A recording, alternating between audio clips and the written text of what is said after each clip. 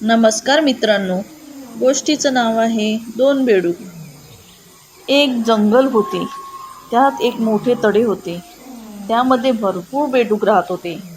त्यांनी एक दिवस ठरवले की आपण जंगलाची सैर करून येऊया. तर मग सगळ्या बेडकांची टोळी जंगलात जायला निघाली. त्यापैकी दोन बेडूक पुढे पुढे चालत असतात. भरपूर दूर चालत असताना ते एका गड्ड्यातच जाऊन पडतात. मग त्यांच्या टोळीतील बेडूक तिथे येतात आणि बघतात तर काय, ते दोघे एका खोल खड्ड्यात पडलेले त्यांना दिसतात. हे बघितल्यानंतर ते खड्ड्याच्या काठावर बसलेले बेडूक त्यांना ओरडून ओरडून सांगतात की खड्डा खोल आहे, त्यामुळे तुम्ही बाहेर येऊ शकणार नाही आणि आम्ही पण तुझी मदत करू शकणार नाही.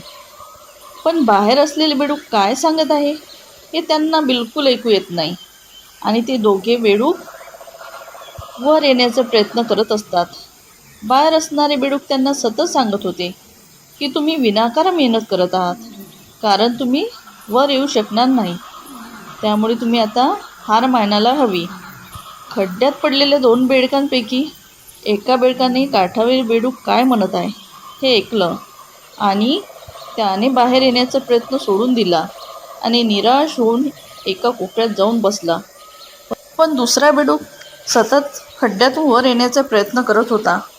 त्याने त्याचे प्रयत्न सोडले नाही. बाहेर असलेले बेडूक त्या बेडकाला सांगत होते, तू विनाकारणच प्रयत्न करत आहे, तू बाहेर नाही येऊ शकत, तू आता स्वतःहून हार मानली पाहिजे. पण कदाचित त्या बेडकाला खड्ड्याच्या काठावरील बेडूक काय म्हणत आहे हे ऐकू येत नसावं. त्याची खड्ड्यातून वर येण्याची धडपड सतत चालू होती आणि बऱ्याच प्रयत्नानंतर तो बेडूक खड्ड्याच्या बाहेर आला. खड्ड्याच्या बाहेर ते बेडूक उभे होते. ते त्या बेडकाला म्हणाले, आम्ही सगळे तुला काय सांगत होतो हे तू ऐकलं नाही? तर त्यावर आलेल्या बेडकाने त्यांना खुणावून सांगितले की मी ऐकू शकत नाही, कारण मी बहिरा आहे आणि त्यामुळे कोण काय म्हणतं हे ऐकू शकत नव्हतो. त्यामुळे तो हा विचार करत होता की काठावर असलेले बेडूक त्याचा उत्साह वाढवत आहे. मित्रांनो, या गोष्टीतून हे शिकायला मिळते की जेव्हा पण आपण काही बोलतो त्याचा प्रभाव समोरच्या व्यक्तीवर पडत असतो. त्यामुळे नेहमी सकारात्मक बोला.